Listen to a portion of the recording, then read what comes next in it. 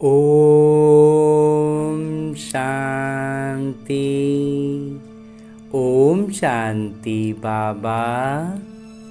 आज मैं आत्मा अपने परम पिता परमात्मा के चैतन्य उपस्थिति में इस अमूल्य अलौकिक मुरली का अध्ययन करने जा रहा हूँ, जिसके लिए लौकिक तौर पर दो बातों का ध्यान रखना है। एक कि बड़े फुर्सत से, एकदम इत्मीनान से अपने हाथों में स्वयं से मुरली का अध्ययन करना है, जिसके कारण हम बाबा के चैतन्य एक एक शब्द का अध्ययन जब गहराई से करते हैं तो बाबा मुझसे कह रहे हैं ऐसा अनुभव पाते हैं, और उनकी चैतन्य उपस्थिति का अनुभव से हम भाव विभोर हो उठते हैं। और साथ ही साथ जब दिनचर्या में हमारे लौकिक किरदार में वो कुछ भी परिस्थिति आती है तो बाबा की मुरली की वो बात कानों में ऐसे गूंजती है जैसे बाबा मेरे साथ उस वक्त भी खड़े हैं और मुझसे कान में बात को दोहरा रहे हैं। जब कोई हमारा लौकिक प्रिय हमसे कुछ कहता है तो हमें उनकी बात याद रहती है ना। बिल्कुल ऐसे ही परमात्मा की बातें हमें हमारे किरदार निभाते समय, हमारे जब विकर्म सामने आते हैं एक परिस्थिति बनकर, उस समय हमें याद रह जाते हैं। तो बस इसी अवस्था, ये चीज़ हमें लगातार हमारी उन्नति करती है। इसके लिए हमें फुर्सत से अपने हाथों में मुरली को लेना है। और अलौकिक तौर पर करना क्या है कि अपने सूक्ष्म शरीर के साथ अपने उसी मन को जो यहाँ बहुत, जिसे हम कहते हैं कि भटकता है, वास्तव में वो छटपटा रहा है। बिल्कुल ऐसे जैसे मछली बिन पानी के छटपटाए, वैसे ही हम अपने वास्तविक परम पिता परमात्मा के सानिध्य से, उनकी उपस्थिति से जो दूर हो गए हैं, उसके कारण आज हमारा मन छटपटा रहा है, इसीलिए इधर उधर भटक रहा है कि वो अपने मूल स्थान तक पहुंच सके।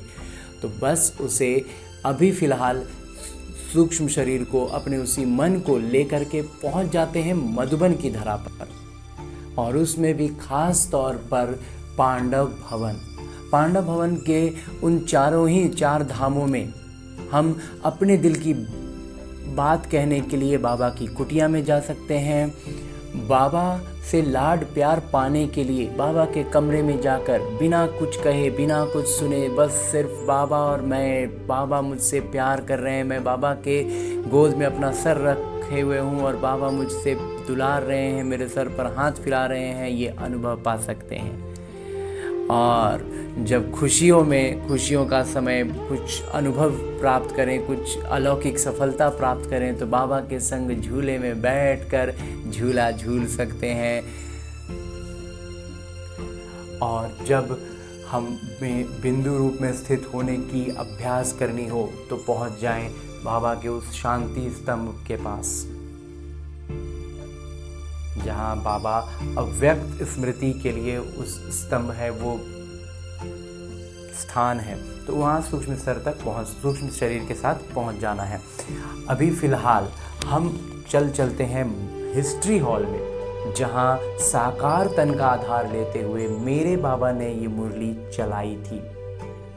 और लौकिक तौर पर तो बाबा ने ये मुरली पहले चलाई थी, लेकिन अलौकिक तौर पर आज मैं आत्मा जब अपने सूक्ष्म शरीर के साथ बाबा के चैतन्य उपस्थिति का अनुभव पाते हुए उसी हिस्ट्री हॉल में अपने सूक्ष्म शरीर के साथ उपस्थित होता हूँ, तो बाबा अपने दिल की बातें, जिसमें इस मुझ आत्मा के हित की, आने वाले समय की बातें भी होंगी, मेरे मन के सवालों के जवाब भी होंगे, उन सारी ही बातों को, बाबा के दिल की बातों को बाबा इसी मुरली में निहित करके मुझसे कहते हैं, मीठे बच्चे, ये दुनिया कब्रिस्तान होने वाली है, इसलिए इससे दिल नहीं लगाओ, परिस्तान को याद करो।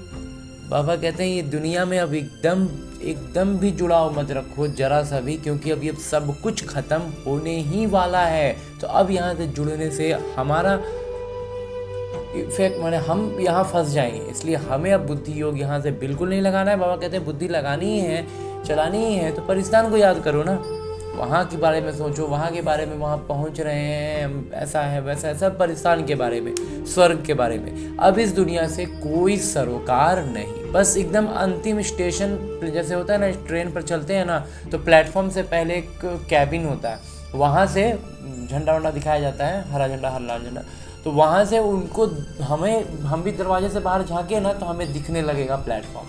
बिल्कुल वैसे ही अभी की स्थिति है। तो अब वैसी स्थिति में हम हो तो हम ट्रेन में सीट ऐसा है, थोड़ा सा यहाँ पर ऐसा होना चाहिए, सोचेंगे। अब जो भी था जैसा भी था अब हो गया, अब प्लेटफॉर्म सामने खड़ा है, अब हमें बस दरवाजे पर सारे लगेज लेकर के खड़े रहना है, उस प्लेटफॉर्म पर लगेगी गाड़ी और हम उतर जाएंगे। बिल्कुल ऐसे ही अब इस लौकिक दुनिया से कोई सरोकार नहीं, यहाँ ऐसे होना वैसे होना, ये होना वो होना, कोई सरोकार नहीं। बस मेरे प्रैक्टिस पेपर में जो जो बातें आ रही हैं मुझे उसे आत्माभिमानी स्थिति में रहकर पार करना है, ताकि मेरी आत्माभिमानी स्थिति बेहतर हो सके, मेरी आत्मिक संस्कार जागृत हो सके, वास्तविक संस्कार। हाँ जी बाबा। आगे प्रश्न रूप में बाबा कहते हैं कि तुम गरीब बच्चे जैसा खुशनसीब दुनिया में कोई नहीं। क्यों? बाबा कहते तुम गरीब बच्चे हो लेकिन तुम्हारे जितना खुशनसीब दुनिया में कोई नहीं है। उत्तर बतलाते बाबा, क्योंकि तुम गरीब बच्चे ही डायरेक्ट उस पिता के बने हो जिनसे सद्गति का वर्षा मिलता है। हाँ जी बाबा, ये तो है बाबा, हम परम पिता परमात्मा को हमने पहचाना और हम उनकी गोद में चढ़ गए, वो हमारी सद्गति कर रहे हैं, उनसे हम सीधा सीधा जुड़ गए। गरीब बच्चे ही पढ़ते हैं, साहूकार यदि थोड़ा पढ़ेंगे भी तो उन्हें बाबा की याद मुश्किल से रहेगी। बाबा कहते हैं जो साहूकार होते हैं ना, साहूकार का मतलब ये हुआ कि जिसका इस लौकिक दुनिया से जुड़ाव है, तो जिनके पास भी अगर धन संपत्ति है, कुछ भी है ना इस दुनिया में, जिसके कारण उनको लगता है कि वो स्ट्रांग है, उन्हें उनमें एक दम है जो है ना, लौकिकता में जब तक ज्ञान नहीं था तो होता है भाई आपके पास ये होना चाहिए वो होना चाहिए, तो वो चीज़ें अगर उन किन्हीं के पास है ना तो वो उनको बहुत ज़्यादा उस बात से जुड़ाव रहता है कि यही तो है तो हम हैं, तो उस चीज़ को वो छोड़ना, उनसे बाबा का ज्ञान समझते भी हैं, मतलब बहुत कुछ आगे बढ़ते भी हैं, लेकिन ज़्यादा आगे बढ़ ही नहीं पाते क्योंकि अपने उस चीज़ को वो छोड़ने को एकदम तैयार नहीं, एकदम उसको कस के पकड़े रहते। छूटे तो बाबा छूट जाए, ये नहीं छूटना चाहिए, इस तरह का स्थिति में रहते हैं। इसीलिए बाबा कहते हैं, और जो गरीब का मतलब क्या, जिसका इस लौकिकता से जब एक होता है झटका लग गया, कुछ कारण हो गया, छोड़ इस दुनिया से एक बार वैराग्य का अनुभव महसूस करते हैं, दुख लग जाता है, कोई बात ऐसी होती है, तो वैसे में जब छूट जाता है ना तो वो एक तरह से गरीब, मतलब वो गरीब की कैटेगरी, मतलब जिसका इस लौकिक दुनिया से जुड़ाव कम हो गया, वो बाबा को कस के पकड़ते हैं। और जिनका इस दुनिया की चीज़ों में जुड़ाव अच्छे से है, जिसको लौकिक तौर पर कहे ना, जिसका सब कुछ वेल सेटल चल रहा है, तो उसको बाबा का ज्ञान, बाबा की बातें समझ में थोड़ी कम आने की उम्मीद होती है। बाकी तो उसका किरदार है कि इतना सब कुछ रहते में भी कोई अच्छे से बन जाए बाबा का बच्चा। और कुछ होता है जो ऊपर ऊपर तो दिखा रहे हैं कि हम समझ गए बन गए, लेकिन भीतर से सूक्ष्म स्तर पर वो नहीं होते। तो बाबा कहते हैं कि गरीब बच्चे ही पढ़ते हैं और साहूकार यदि थोड़ा पढ़ेंगे भी तो उन्हें बाबा की याद मुश्किल है। याद नहीं रहेगा ना तो ज्ञान भी ज़्यादा स्पष्ट नहीं होगा ना, ये भी तो बात है। तुम्हें तो अंत में बाबा के सिवाय और कुछ भी याद नहीं आएगा, इसलिए तुम सबसे खुश नसीब हो। हम जब ज्ञान का मंथन कर रहे हैं, याद में रहने का अभ्यास बढ़ा रहे हैं, आत्मिक स्थिति ऊंची कर रहे हैं, तो बाबा कहते हैं वो समय आएगा जब आपको अंत में बाबा के सिवाय कुछ भी याद नहीं आएगा।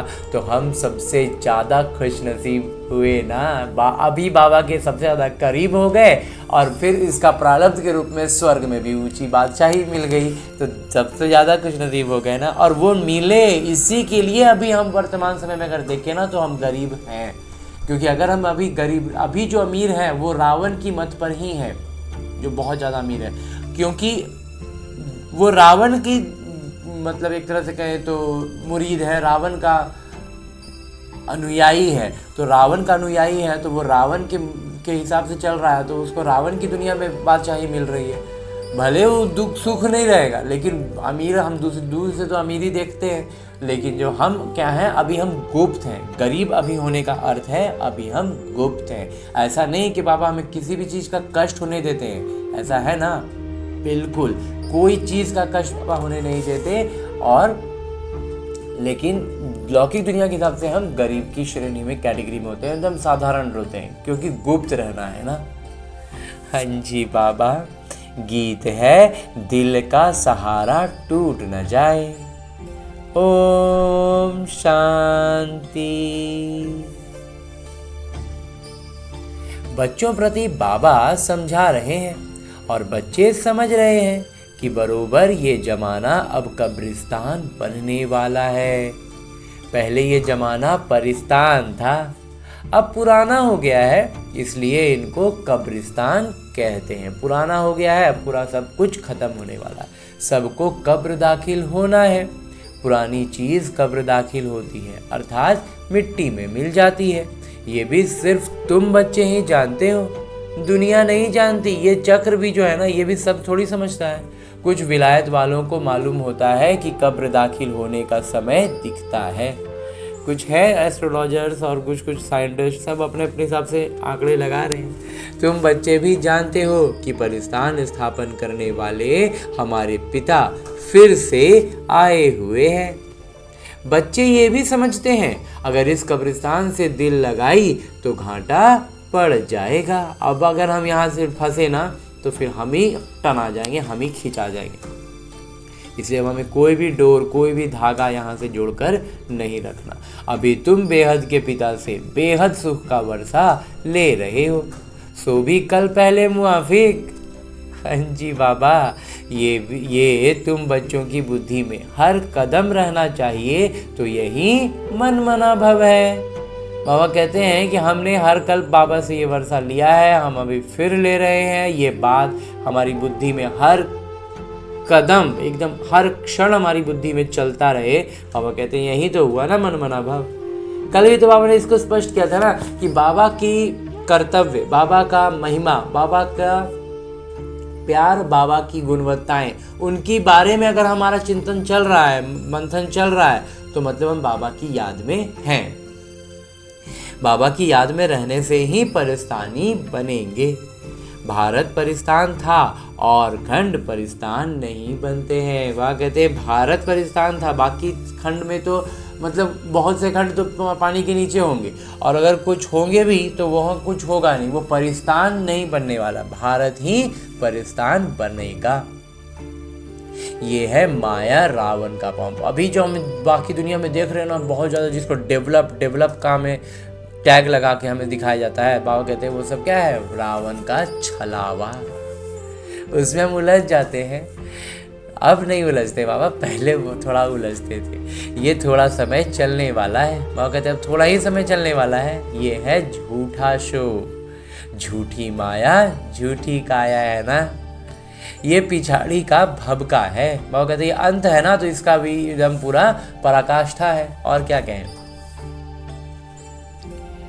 और वहीं जब अज्ञानता रहता है तो इनको देखकर समझते हैं कि स्वर्ग तो अभी है, पहले नर्क था, मतलब पहले सुख का कमी था। ये अनुमान लगाते हैं, क्योंकि अभी दिमाग में ये ठूसा जा रहा है कि अभी हम डेवलप कर रहे हैं, अभी हम टेक्नोलॉजी और अभी हम फैसिलिटीज़ हमारी बढ़ रही हैं, तो अभी हम सुखी हो रहे हैं, मतलब इसके पहले हम दुखी थे। ठीक उल्टा बात हमें बतलाया जा रहा है और इसी में हम उलझ जाते हैं। बाबा कहते हैं बड़े बड़े मकान बनाते रहते हैं, ये 100 वर्ष का शो है। बाबा कहते हैं ये जितना कुछ है ना, ये सब 100 वर्ष का कहानी है। अति डेवलपमेंट जो होने लगा, जिसको डेवलपमेंट का नाम दिया जा रहा है ना, बाबा कहते हैं ये 100 वर्ष का कहानी है। टेलीफोन, बिजली, एरोप्लेन आदि ये सब 100 वर्ष के अंदर बनते हैं। जितना अभी टेक्नोलॉजी के नाम पर दिख रहा है, जितना एक्स्ट्रा जो एकदम है, टेलीफोन हो, अभी मोबाइल है, वीडियो कॉल है, मतलब जितना भी चीज़ें हम देख रहे हैं ना, वहाँ कहते हैं सभी 100 वर्ष का कहानी है।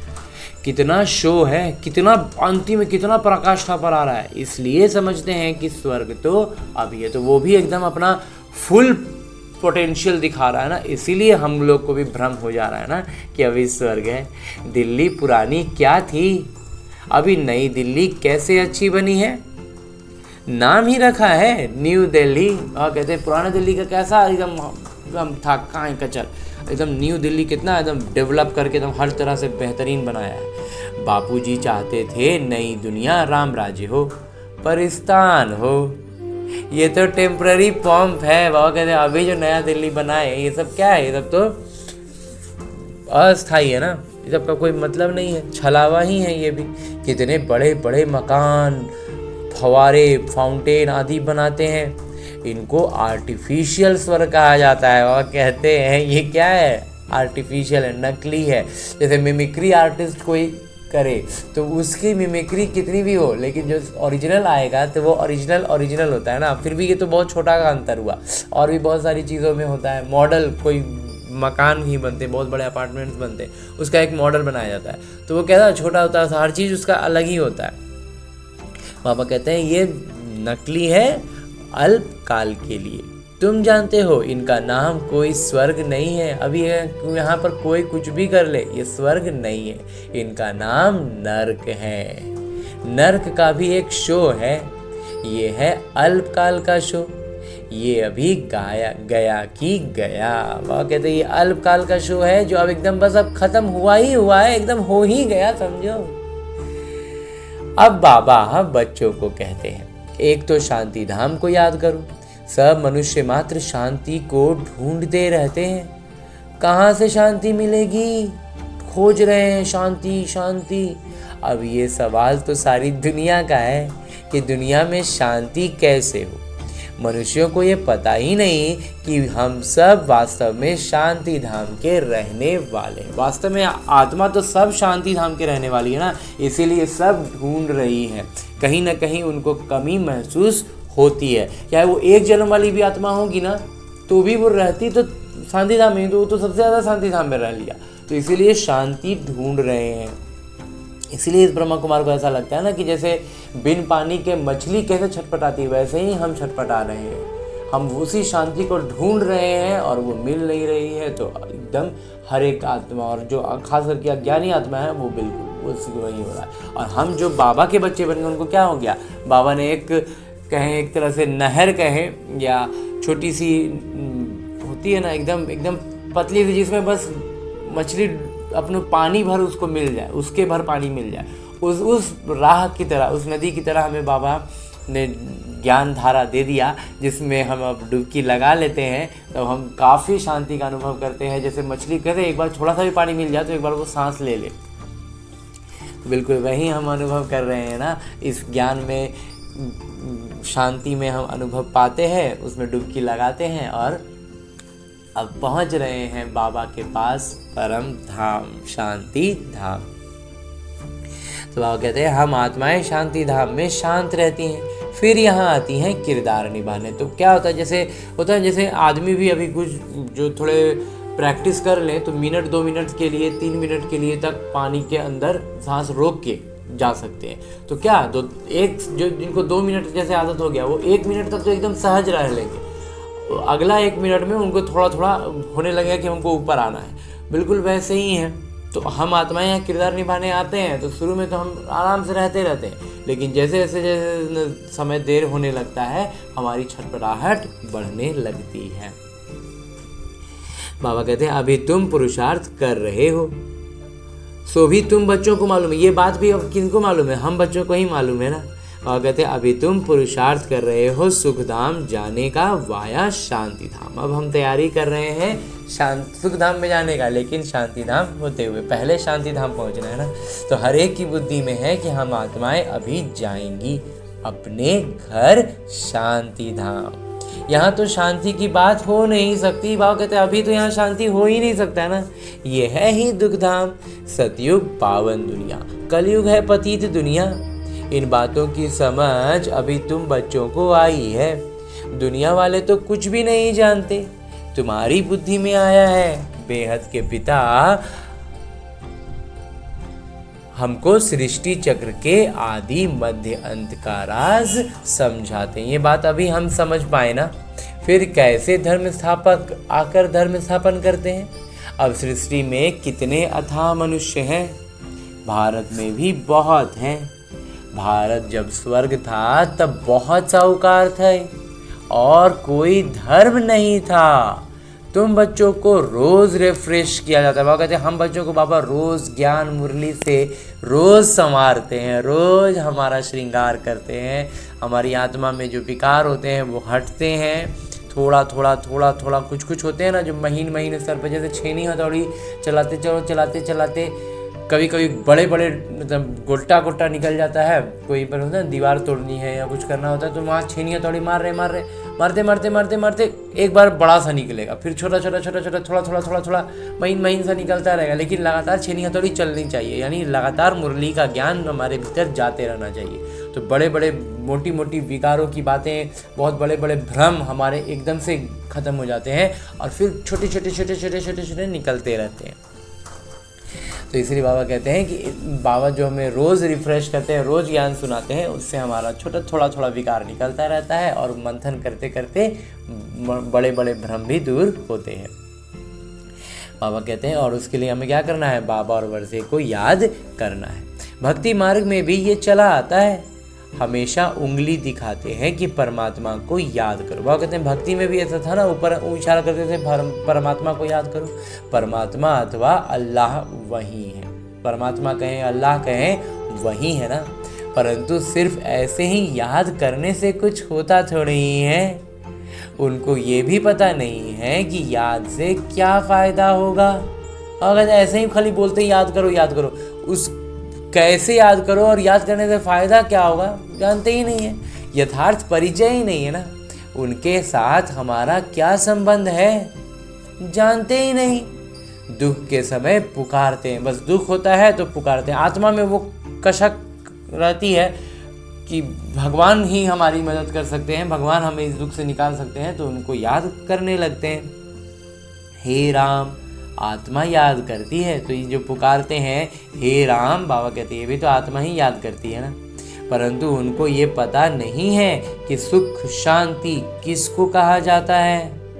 तुम्हारी बुद्धि में आता है कि हम सब एक पिता की संतान हैं, तो फिर दुख क्यों होना चाहिए। बेहद के पिता से सदा सुख का वर्षा मिलना चाहिए। जब बेहद के पिता हमारे सुख के सागर है तो उनसे हमें सुख मिलना चाहिए। ये भी चित्र में स्पष्ट है। भगवान है ही स्वर्ग की स्थापना करने वाले, हेवनली गॉड फादर। तो भगवान है ही स्वर्ग की स्थापना करने के लिए। तो ये सारी बातें जो है ना, बाबा कहते हैं जो प्रदर्शनी के चित्र हैं इसमें एकदम स्पष्ट रूप से वर्णन किया गया है। और फिर हम उसको और अच्छे से जब समझाते हैं अपने मंथन के अनुसार, अपनी आत्मिक स्थिति में रहते हुए, तो प्रभाव पड़ता है। वो आते भी भारत में ही हैं और बाबा जो हैं वो अवतरित भी भारत में ही होते हैं, परंतु ये कोई समझते नहीं हैं, इन सब बातों को समझ नहीं पाते हैं। देवी देवता धर्म की स्थापना जरूर संगम पर ही होगी, सतयुग में कैसे होगी। और कहते स्थापना सतयुग में कैसे होगा, स्थापना काम तो अभी संगम युग पर ही होगा ना। परंतु ये बातें दूसरे धर्म वाले जानते नहीं। ये तो बाबा ही ज्ञानवान हैं, समझाते हैं आदि सनातन देवी देवता धर्म कैसे स्थापन हुआ। तो परमात्मा पिता आते हैं और वहीं फिर हमें सारा बात समझाते हैं ना। सतयुग की आयु लाखों वर्ष कहने से बहुत दूर कर देते हैं। तुम बच्चों को चित्रों पर ही समझाना है। बाबा कहते हैं ये सब जो है ना लाखों वर्ष की बात, इसमें हमारी बुद्धि से ना बहुत सा कंसेप्ट धूमिल पड़ गया था। भारत में इन लक्ष्मी नारायण का राज्य था। इन्होंने कैसे कब ये राज्य पाया ये नहीं जानते, सिर्फ कहते हैं ये सतयुग के मालिक थे। उनके आगे जाकर भीख मांगते हैं तो अल्पकाल के लिए कुछ ना कुछ मिल जाता है। वह कहते उनके आगे जाकर के भीख मांगते हैं तो भिखारी को जैसे कुछ मिल जाता है ना, वैसे ही मिल जाता था। कोई दान पुण्य करते हैं उनको भी अल्पकाल के लिए फल मिल जाता है। गरीब पंचायत के मुखी को भी इतनी ही खुशी रहती है जितनी साहूकार मुखी को। और कहते हैं गरीब पंचायत का जो मुखी हुआ ना उसको भी उतना ही खुशी रहती है जितना ही एक साहूकार के मुखी को। तो गरीब भी अपने को सुखी समझते हैं। बॉम्बे में देखो गरीब लोग कैसे कैसे स्थानों पर रहते हैं। स्लम उस समय से श्याम को लगता है कि इस ब्रह्म कुमार को लगता है कि साकार बाबा जब तक थे ना तब से स्लम वगैरह मुंबई में दिखने लगा होगा। इसीलिए बाबा कह रहे हैं कि गरीब वहाँ पर कैसे रहते हैं। तो देखो स्लम को तो हम वीडियोस में देखते हैं तो हमसे देखा नहीं जाता, तो वहाँ पर जो रह रहा है वो किस दशा में है, मतलब कर्मों का हिसाब किताब ही है, यही समझते हैं। तो बाबा कहते हैं कि कैसे स्थानों पर रहते हैं। देखो तुम बच्चे अभी समझते हो भल करोड़पति हैं परंतु कितने दुखी हैं। और कुछ क्या है, बाबा कहते हैं जैसे वो लौकिक में उनकी हम इन आंखों से देख पा रहे हैं ना कि उनका दुख को हमें दिखाई दे जाता है, और जो करोड़पति अपने आप को कह रहे हैं ना उनका उसी चीज़ समझ लो कि उस स्लम को किसी चादर से ढक दिया जाए, दिखाई नहीं देगा, लेकिन दुख तकलीफ तो वही रहेगी ना। हाँ जी बाबा, अभी तुम कहेंगे हमारे जैसा खुशनसीब और कोई नहीं। बिल्कुल नहीं, एकदम है ही नहीं कोई हमारे जितना खुशनसीब।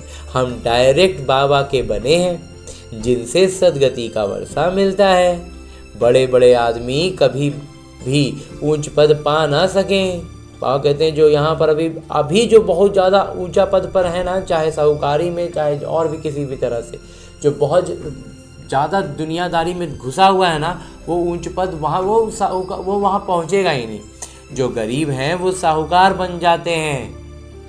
बाबा कहते हैं अभी जो गरीब है ना वही बाबा का ज्ञान को समझते हैं, बाबा को पहचान पाते हैं, बाबा पर निश्चय होता है और वही साहूकार बन जाते हैं। पढ़ते तुम हो, वो तो अनपढ़ हैं। बाबा कहते वास्तविक पढ़ाई तो तुम पढ़ रहे हो ना, तो वो तो अनपढ़ रह गए।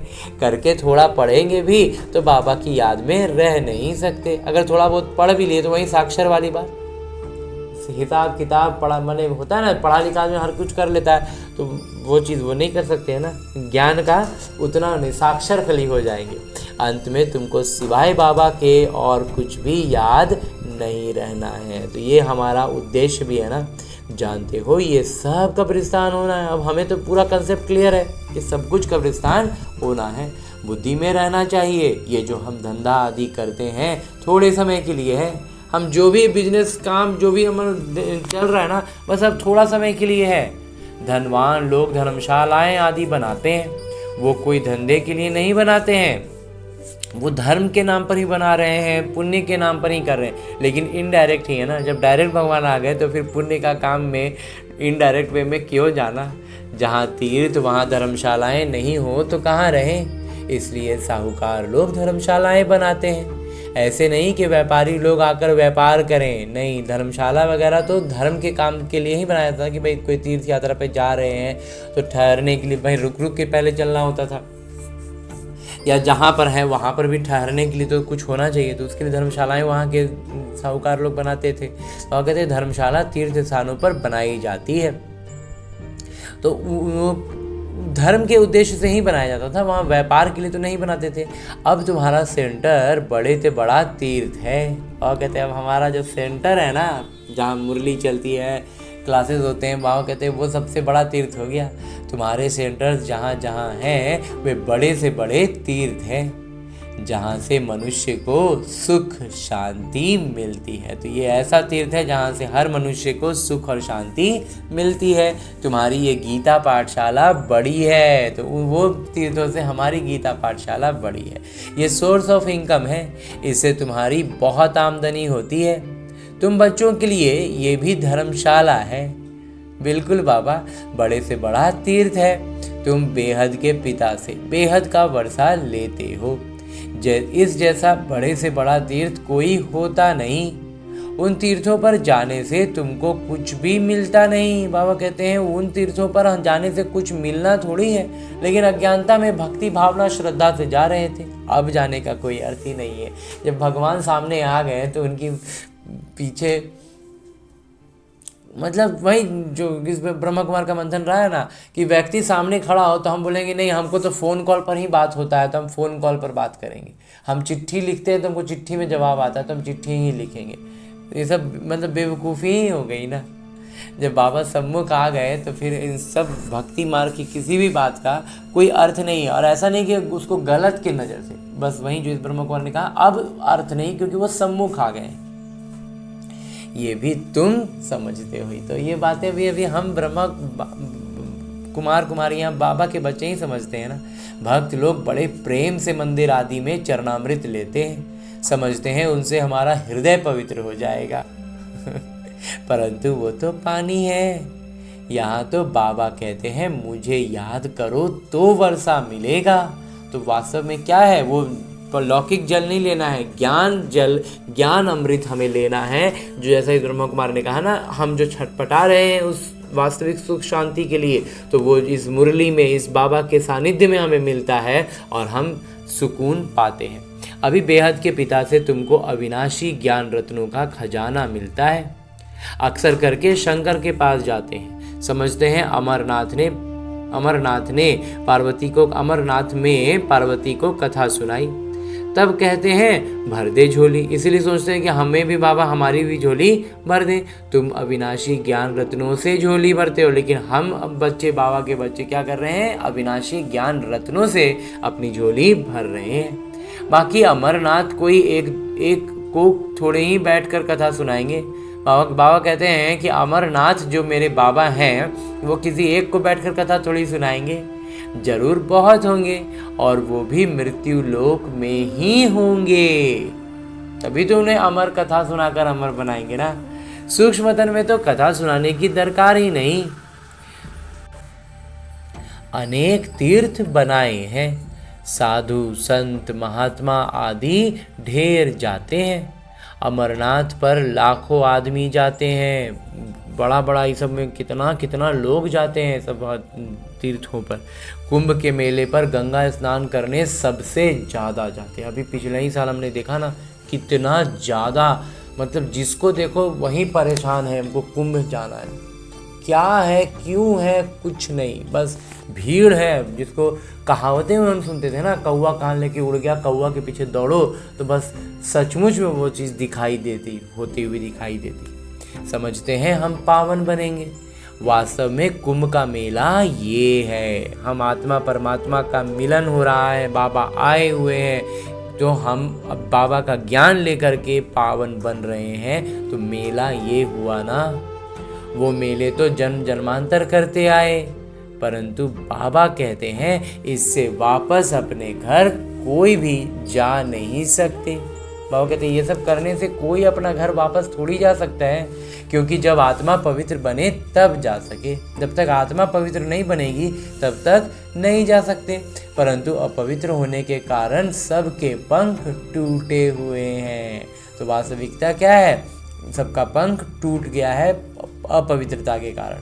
आत्मा को पंख मिले हैं योग में रहने से, आत्मा सबसे तीखी उड़ती है। वह कहते हैं अब जब बाबा आए ना, तो उन्होंने हमारे जख्मों पर मरहम लगाया, तो हमारे पंख फिर से उड़ने लायक हुए हैं। और हम जितना योग में रहेंगे, जितना बाबा से हम जुड़े रहेंगे, बाबा की याद से, बाबा से, उतना ज़्यादा हमारे पंख अच्छे से काम करेगा, उसमें ऊर्जा होगी, ताकत होगी, तो हम तीखा उड़ते जाएंगे।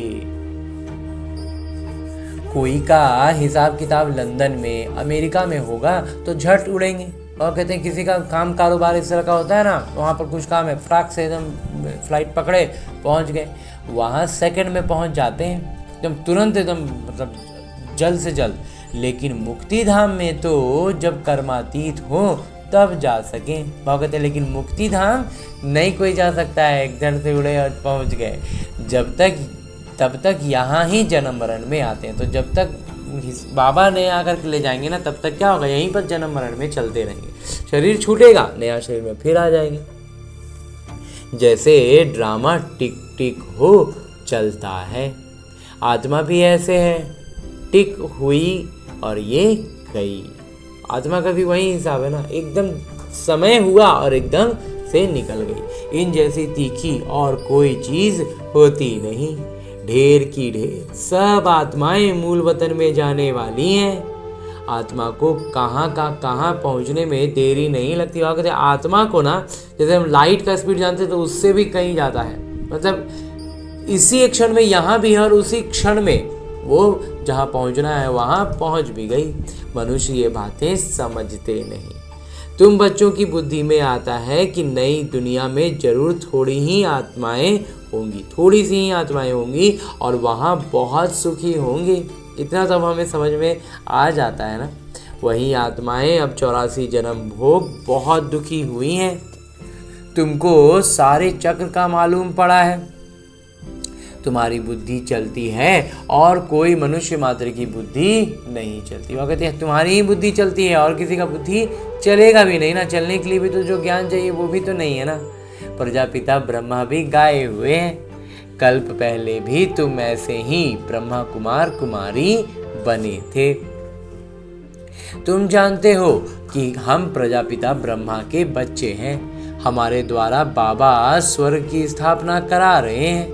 जब नंबरवार पुरुषार्थ अनुसार लायक बन जाएंगे तो फिर पुरानी दुनिया का विनाश हो जाएगा। त्रिमूर्ति भी यहाँ का ही गाया हुआ है।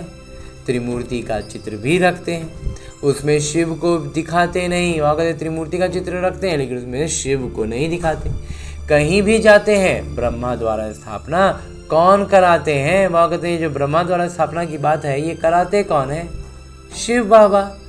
विष्णु द्वारा पालना और फिर नई सृष्टि का पालना विष्णु द्वारा। विश्व महाराजा बन के वो पूरी सृष्टि का पालन ही करते हैं ना। तुम ब्राह्मण अभी लायक बन रहे हो देवता बनने के लिए। अभी तुम वो किरदार निभा रहे हो, कल्प के बाद फिर निभाएंगे।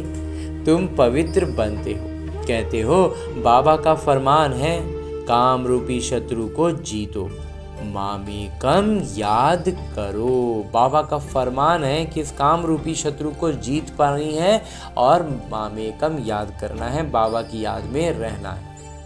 बहुत सहज है बाबा की याद में रह करके हर विकार पर जीत पाना, बहुत सहज है। भक्ति मार्ग में तुम बच्चों ने बहुत दुख देखे हैं, करके थोड़ा सुख है तो भी अल्पकाल के लिए, और अगर उसमें थोड़ा बहुत सुख का अनुभव करते भी थे तो बाबा कहते हैं वो बहुत अल्पकाल के लिए रहा ना। भक्ति में साक्षात्कार होता है सो भी अल्पकाल के लिए। तुम्हारी आश पूरी होती है, बस हम जो एक श्रद्धा और एक आश से कर रहे होते हैं बस उस आश को पूरी कर दी जाती है। बाकी बाबा कहते हैं उसका फायदा तो कुछ होता नहीं है और सुख भी उससे कुछ सुख भी नहीं मिलता है। बस हमने एक उम्मीद और एक तरह से कहें जिद ले देते हैं कि दर्शन दीजिए, तो बस उसकी आश बाबा कहते हैं पूरी कर देते हैं।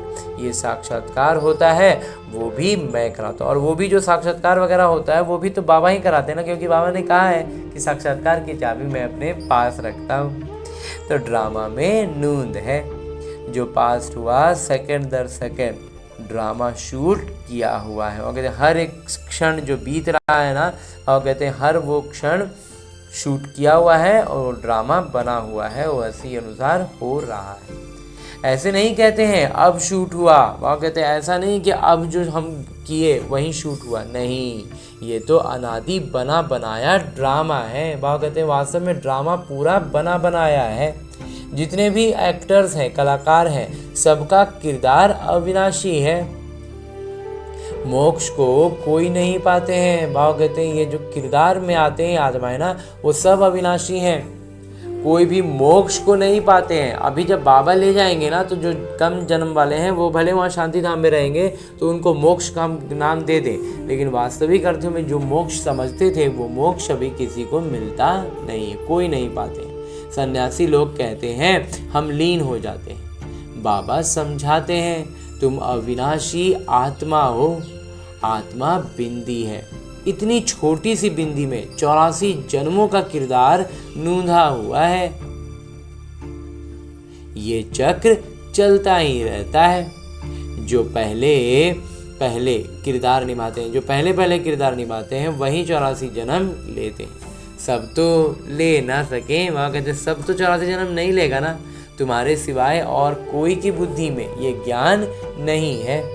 ज्ञान के सागर एक ही बाबा हैं।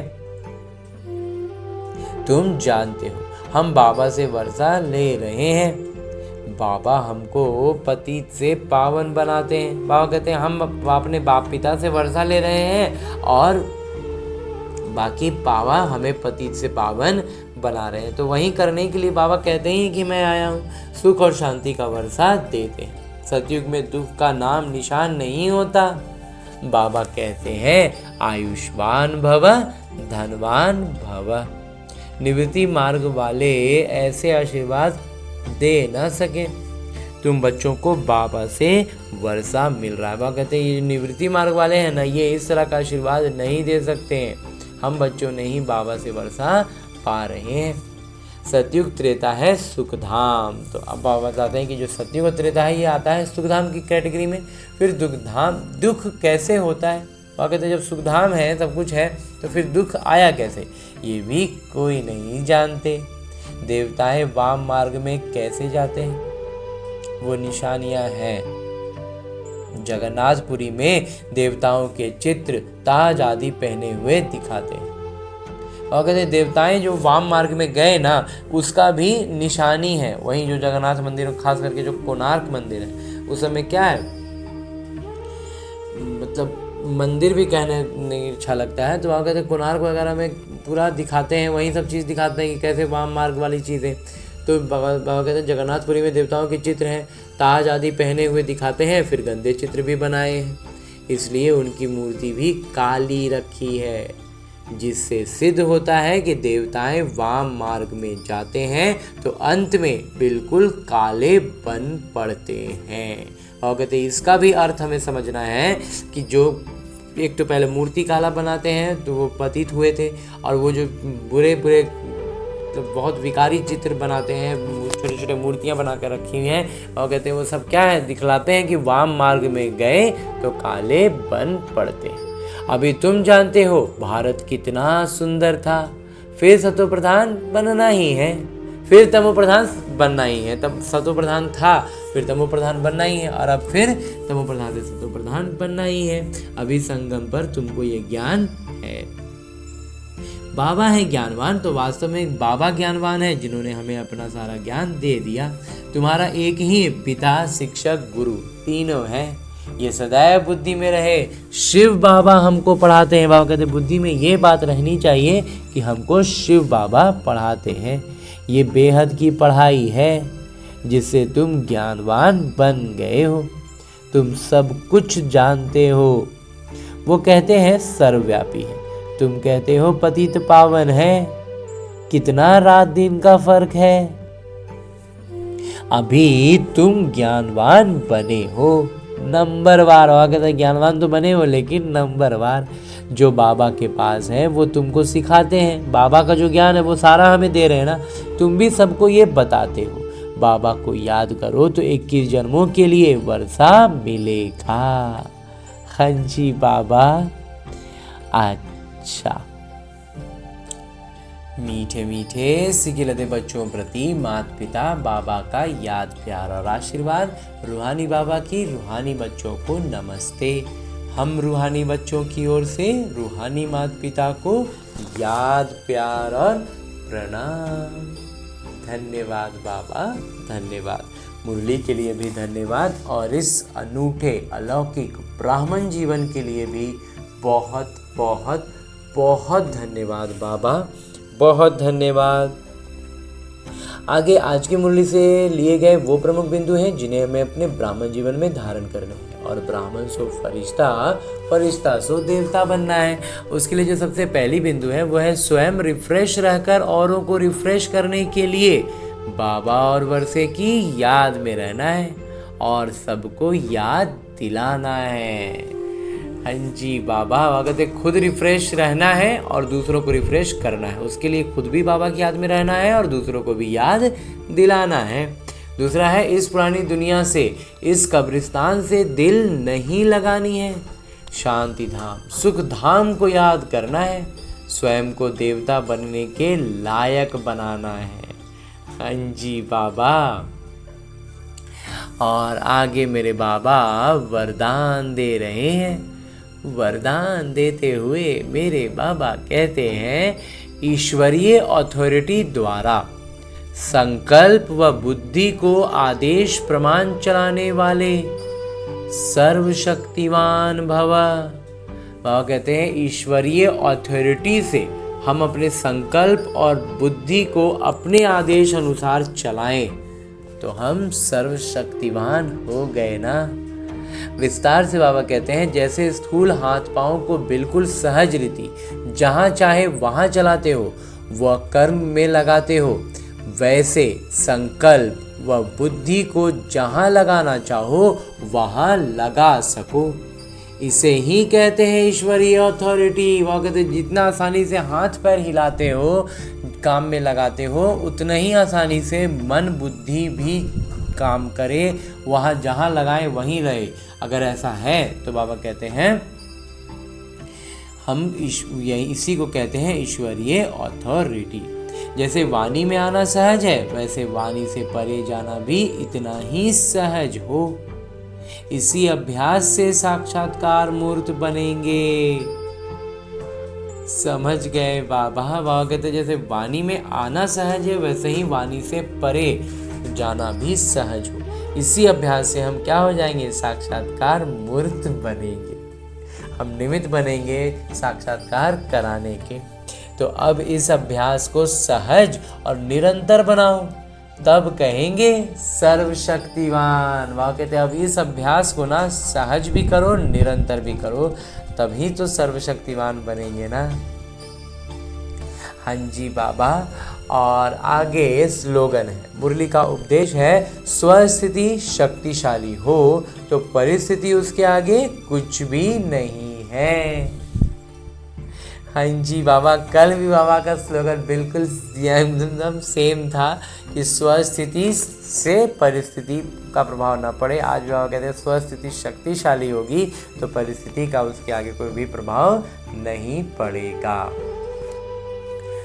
हाँ जी बाबा। और अभी तक हमने परमपिता परमात्मा से इतना श्रेष्ठ, अमूल्य, अलौकिक, साकार मुरली को परमपिता परमात्मा के चैतन्य उपस्थिति में अध्ययन करने का प्रयास किया और उनकी चैतन्यता का अनुभव भी किया ना। अब मेरे बाबा इसी अव्यक्त स्वरूप में स्थित रहकर एक इशारा भी देते हैं कि सदा अचल, अडोल, एक रस स्थिति का अनुभव करो।